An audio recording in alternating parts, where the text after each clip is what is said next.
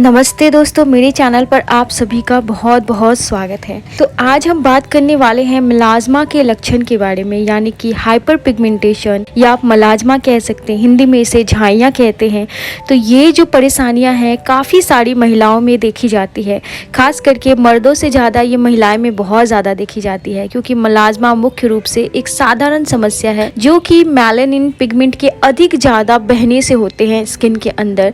तो दोस्तों, इसमें चेहरे पे भूरे भूरे कलर के धब्बे पड़ जाते हैं एंड आजकल के न्यू रिसर्च से पता चला है कि ये 50% महिलाओं में ज़्यादा मेलाज्मा की समस्या होती है और कुछ महिलाओं में ये प्रेगनेंसी के दौरान हो जाती है। और प्रेगनेंसी के दौरान हुए मेलाज्मा की समस्या जो है काफ़ी हद तक खत्म हो जाती है। बट अगर नॉर्मली आपके चेहरे पे बहुत ज़्यादा पिगमेंटेशन है, मेलाज्मा झाइयाँ हैं, तो वो जल्दी से ठीक नहीं होते। तो देखिए दोस्तों, आज की वीडियो में मैं आपको इनके कुछ कारणों के बारे में बताऊंगी कि मेलाज्मा कैसे होता है एंड किस कारण की वजह से ये बहुत ज़्यादा बढ़ जाता है, और अगर आपको ये हुआ है तो आपको कौन सी ऐसी चीज़ नहीं करनी है। तो इस वीडियो में मैं ये बताऊंगी, और ये वीडियो जो है बहुत ही ज़्यादा इम्पॉर्टेंट है आपके लिए, क्योंकि मेलाज्मा एंड पिगमेंटेशन का कोई परमानेंट ट्रीटमेंट नहीं है। इसलिए इसको आपके स्किन पे होने से पहले ही आप इसके बारे में जान ले, ताकि ये आपके स्किन में ना होए। अगर हो गया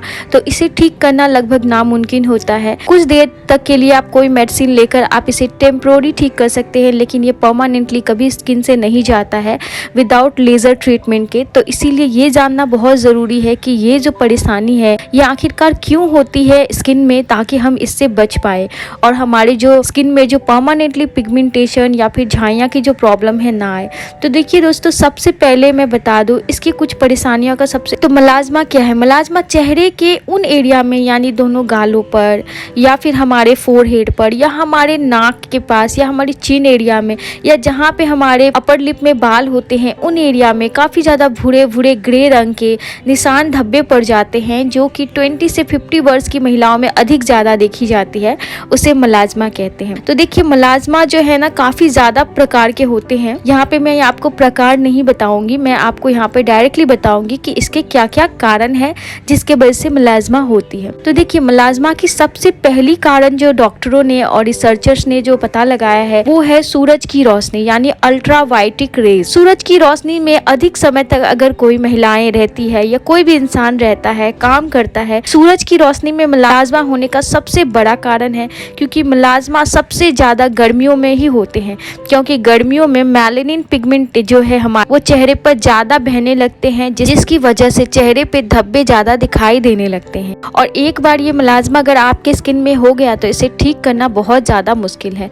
तो दोस्तों, सेकंड नंबर रीज़न है गर्भ निरोधक गोलियां। अगर आप कोई भी महिलाएं या लड़की हैं, गर्भ निरोधक गोलियां खाते हैं, प्रेगनेंसी को रोकने वाली अगर आप मेडिसिन खाते हैं, तो उससे भी ये बहुत ज़्यादा महिलाओं में देखी जाती है। तो गर्भ निरोधक गोलियां लेने से महिलाओं के शरीर में कई हार्मोन बदलते हैं, इसके कारण मलाज्मा की समस्या हो जाती है। तो दोस्तों, और भी एक कारण है कि गर्भ निरोधक गोली अगर आप नहीं भी खाते हैं तो आपके स्किन में अगर यदि हार्मोनल चेंजेस हो जाते हैं तो भी ये मलाज्मा की दिक्कत कई सारे लड़कियों में या लेडीजों में देखी जाती है कि आपको हार्मोन चेंज हो गया तो आपके स्किन में ये हो जाता है। लेकिन आप सूरज की रोशनी वाली कारण से हमेशा बच के रहे। दोस्तों, थर्ड कारण है, अगली कारण है जेनेटिक। जी हाँ, कई बार ये जेनेटिक भी हो सकता है। अगर आपके फैमिली में या अगर आपके परिवार में किसी को पहले ये मलाज्मा की प्रॉब्लम थी, झाइयों की परेशानी थी, तो ये बहुत हद तक हो जाता है कि उनके बच्चों में भी आगे चलकर उम्र में, यानी कि 20-25 के बाद से 30-40 की उम्र में ये चीज़ जो है उनके माता पिता की तरह ही बच्चों में भी देखी जा सकती है। तो ये हो गया जेनेटिक कारण। तो दोस्तों, और एक कारण है मलाज्मा होने के, अगर आपके चेहरे की स्किन बहुत ज़्यादा सेंसिटिव है और आप उसे रेगुलर एक्सफोलिएट करते हैं, बहुत ज़्यादा मात्रा में फेस वॉश करते हैं, रेगुलर फेस वॉश करते हैं, तो आपके चेहरे पे एक घर्षण होती है। और अगर आप बहुत ज़्यादा स्क्रबर यूज़ करते हैं तो आपके चेहरे पे घर्षण होती है। घर्षण होते होते होते होते आपके अंदर की जो डर्मिस परत है वो धीरे धीरे डार्क होने लगती है, और वहाँ पे जो है वहाँ पे मेलानिन जमने लगता है, जिसके कारण आपके स्किन में जो है परमानेंटली आपको झाइयाँ की दिक्कत हो सकती है। फिर वो चेहरा, वो एरिया चाहे गला का एरिया हो चाहे हाथों का एरिया हो, वो फिर डार्क पड़ जाता है। ये भी आप ना करें बहुत ज़्यादा, आप स्क्रबिंग या फेस वॉश बहुत ज़्यादा ना करें अपनी स्किन में। दोस्तों सबसे लास्ट कारण मैं आपको बताऊंगी जो कि मोस्ट इम्पॉर्टेंट है, ये कारण बहुत ज़्यादा लोगों में है और इसके चलते ही बहुत सारे महिलाओं के, बहुत सारे लड़कियों के स्किन पे झाइयाँ की प्रॉब्लम यानी हाइपर पिगमेंटेशन की प्रॉब्लम, मलाज्मा की प्रॉब्लम बढ़ जाती है, दाग धब्बों की प्रॉब्लम। तो दोस्तों सबसे लास्ट कारण जो है बहुत ज़्यादा इम्पॉर्टेंट है एंड इसके ऊपर मुझे काफ़ी ज़्यादा कमेंट भी आते रहते हैं और बहुत से कमेंट आते हैं, मतलब मैं समझ गई हूँ कि इस चीज़ के कारण काफ़ी ज़्यादा मलाज्मा या पिगमेंटेशन का शिकार हो रहे हैं। तो दोस्तों मैं बता दूं, आजकल लोग गोरा दिखने के चाहत में कई तरह की बीमारियां पैदा कर रहे हैं, यानी कि गोरे दिखने की चाहत में आप कुछ ऐसे क्रीम्स लगा लेते हैं जिसमें कि स्टीरॉयड होते हैं, हाइड्रोक्विनोन होते हैं, बहुत ही जानलेवा या बहुत ही खतरनाक स्टीरॉयड होते हैं जो कि आपके स्किन को तब तक के लिए तो बहुत गोरा कर देता है, कुछ दिनों के लिए आपकी स्किन चिकनी हो जाती है, सुंदर दिखती है, गोरी लगती है, लेकिन जब आप इस क्रीम को लंबे टाइम इस्तेमाल करने के बाद छोड़ते हैं तो आप इसे छोड़ नहीं पाते हैं और आपके स्किन में लास्टली आपको दिखता है रेडनेस, जलन सी, खुजली सी और बहुत ज़्यादा लाल हो जाता है आपकी स्किन।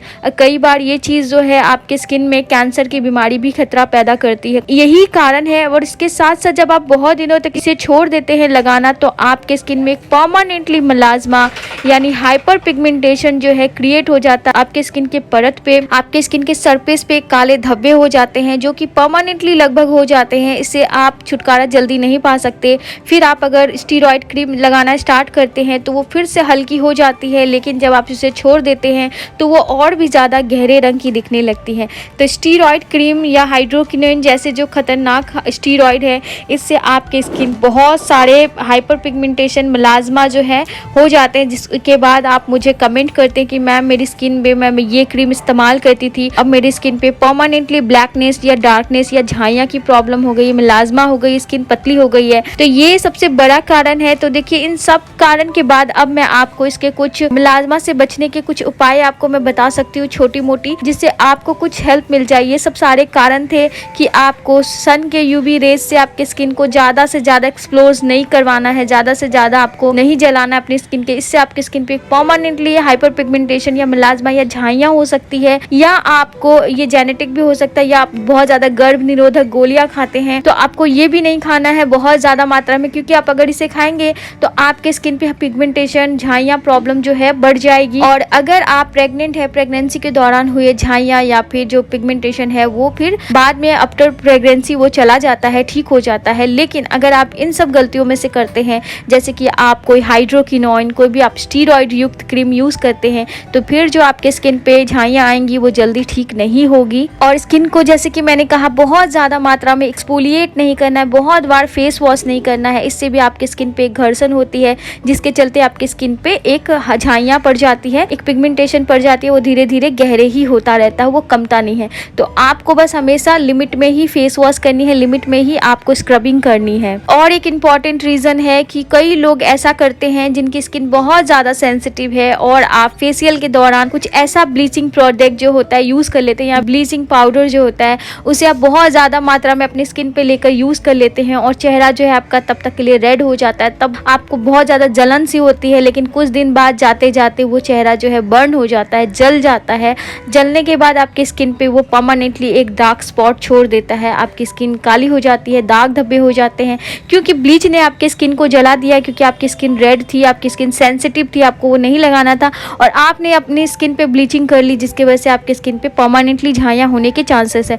तो आप फेशियल के दौरान या ऐसे भी आप स्किन केयर में कोई भी ब्लीचिंग एजेंट या कोई भी ब्लीचिंग प्रोडक्ट का इस्तेमाल ना करें। और दोस्तों मैं बता दूं, आप अगर सनस्क्रीन नहीं लगाते, आपकी स्किन पे झाइयाँ हैं, तो सनस्क्रीन का इस्तेमाल करना स्टार्ट कर दो, क्योंकि झाइयाँ धीरे धीरे बढ़ते ही जाता है। सन के यानी सूरज की रोशनी में आते ही वो बढ़ता है, कमता नहीं है। गर्मी के कारण और भी ज़्यादा झाइयाँ बढ़ती है, तो आप सनस्क्रीन का इस्तेमाल जरूर करें। मिनिमम SPF 30 से आप इस्तेमाल करें, इससे कम वाला अगर आप इस्तेमाल करेंगे सनस्क्रीन तो वो काम नहीं करता है। तो आप मिनिमम 30 से लेकर 50 और 50 से ओवर भी जा सकते हैं, आप सनस्क्रीन इस्तेमाल करें टाइम टू टाइम। और अगर आपके स्किन पे झाइयाँ अभी भी नहीं है तो मैं आपको बता दूं, आपको फ्यूचर में झाइयाँ ना हो, इसीलिए आप अगर धूप में काम करते हैं या कहीं पे बहुत ज्यादा गर्मी में बाहर निकलते हैं तो आप हमेशा सन प्रोटेक्शन का इस्तेमाल जरूर करें अपने स्किन पे। तो झाइयों को ठीक करने के लिए आपको सबसे अच्छी आपको सनस्क्रीन चुनना होगा, जो कि आपके स्किन को सन के यूवी रेज से बहुत अच्छी तरीके से प्रोटेक्ट करे। तो ये पहला सोल्यूशन है, आपको सनस्क्रीन जरूर इस्तेमाल करनी है दोस्तों। देखिए दोस्तों, कई बार हमारे स्किन में, हमारे बॉडी में हार्मोनल डिसबैलेंस के चलते हमारे स्किन में काफी ज्यादा मेलानिन बनने लगता है, जिसके चलते हमारे स्किन में मेलास्मा पिगमेंट जो है बहुत ज्यादा बढ़ जाता है, गहरे रंग का हो जाता है। ये खास करके गर्भवती महिलाओं में बहुत ज्यादा होता है। हार्मोनल डिसबैलेंस के चलते ये बहुत ज्यादा बहने लगता है और हमारे स्किन में जमने लगता है, जिसके चलते हमारे स्किन में जो है मेलास्मा या पिगमेंटेशन की प्रॉब्लम हो जाती है। तो इससे आपको बचने के लिए क्या करना है, आपको हमेशा आपको एक अच्छे डॉक्टर से दिखाना है। और अगर आपको गर्भवती के टाइम पे ये हुआ है तो चांसेस है आपके जल्दी से जल्दी ठीक हो जाएंगे। कई ऐसे मामले हैं जिनमें जहाँ पे मेलास्मा पिगमेंटेशन बीमारी बनी रहती है, लेकिन मरीजों के चेहरे पे मौजूद इन झाइयों और धब्बों को कम करने के लिए या हटाने के लिए हाइड्रोक्विनोन केमिकल पील है, जिससे कि आपकी ये समस्या दूर होती है। प्लस उसके साथ साथ माइक्रोडर्मावेजन का उपयोग कर सकते हैं आप। और दोस्तों, भारत में मेलास्मा काफी सामान्य है और सिर्फ भारत में ही नहीं, ये बल्कि एशिया में भी बहुत ज्यादा मात्रा में ये जो है ये झाइयाँ जो है देखी जाती है स्किन में। इंडियन स्किन में काफी ज्यादा होती है ये। अगर आपको झाइयों से बचना है तो आप केमिकल पील करवा सकते हैं। केमिकल पील में आप हाइड्रोक्विनोन का पील देते हैं, या आपको डर्मावेजन CO2 लेजर या फिर ग्लाइकोलिक एसिड वाला पील भी आपको देते हैं, जिससे कि आपके स्किन पे ये ठीक हो जाती है। एंड ये डॉक्टर की देखरेख में ही होता है, जिससे कि आपकी जो पिगमेंटेशन जो है वो थोड़ी बहुत जो है कम हो जाती है या फिर परमानेंटली भी ठीक हो सकती है। डिपेंड करता है स्किन टू स्किन। ऐसे तो इसका कोई भी इलाज नहीं है। हाँ, अगर आप अभी डॉक्टर के पास जाएंगे, आपके स्किन पे बहुत ज्यादा काले धब्बे हैं, तो आपको डॉक्टर हो सके तो कोई भी स्टीरॉयड वाली क्रीम जो है आपको रेकमेंड कर देंगे और बोलेंगे इसको इस्तेमाल करना है, लेकिन उनका एक कुछ लिमिटेशन होता है, तब तक के लिए आपको इस्तेमाल करने बोलते हैं। तो आपकी स्किन से जो है झाइयाँ कम दिखती है, लेकिन ये परमानेंटली ठीक नहीं होती है कोई भी क्रीम से। इसके लिए आपको केमिकल पील करवाना पड़ेगा या फिर लेजर ट्रीटमेंट ही करवाना पड़ेगा। तो इसीलिए बोला ना, इसका कोई भी ऐसा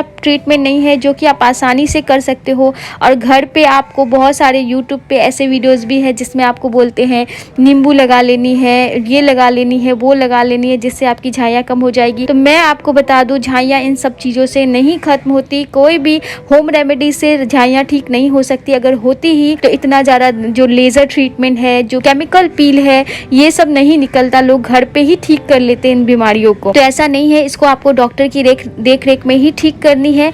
और अगर आपको स्टीरॉयड क्रीम अगर दिया जाता है तो डॉक्टर की देख रेख में दिया जाता है, वो आप लगाएंगे टाइम टू टाइम, और जब बंद करने डॉक्टर के बोलेंगे तब आप इसे बंद कर देंगे। दोस्तों, मैंने स्टीरॉयड क्रीम से हुए डैमेज स्किन को, अगर आपने स्टीरॉयड बहुत लंबे टाइम तक इस्तेमाल किया, आपकी स्किन बहुत ज्यादा डैमेज हो गई है, उसे आपको कैसे ठीक करना है, क्या करना है आपको। स्टीरॉयड क्रीम को छोड़ते ही स्किन में जो जलन है, खुजली है बहुत ज्यादा ही, और आपकी स्किन में जो दाग कालापन आ गया, उसको कैसे ठीक करना है, इसके ऊपर मैंने चैनल पे अपने वीडियो बनाया। अगर आपको देखना है तो आप डिस्क्रिप्शन बॉक्स में जाकर लिंक पे क्लिक करके वो वीडियो देख सकते हैं। आज की वीडियो में इतना ही। अगर आपको इसके बारे में और भी कुछ जानना है, झाइयों के बारे में और डिटेल में जानना है, केमिकल पील कैसे होता है, लेजर ट्रीटमेंट किया है कैसे होता है, CO2 पील कैसे होता है, लेजर कैसे होता है, तो मैं आपको सारी चीजें डिटेल्स में बताऊंगी अगली वीडियो में। इस वीडियो में इतना ही केयर करिए, आपके लिए बहुत बेहतरीन है, इससे ज्यादा आप करने ना जाए। तो दोस्तों, मिलती हूँ अब नेक्स्ट वीडियो में। टिल देन अपना बहुत ज्यादा ख्याल रखें, अपनी स्किन का ख्याल रखें और स्किन के बारे में और भी नॉलेज गेन करें, ताकि आप कोई गलती फ्यूचर में ना करें जिससे आपकी खूबसूरती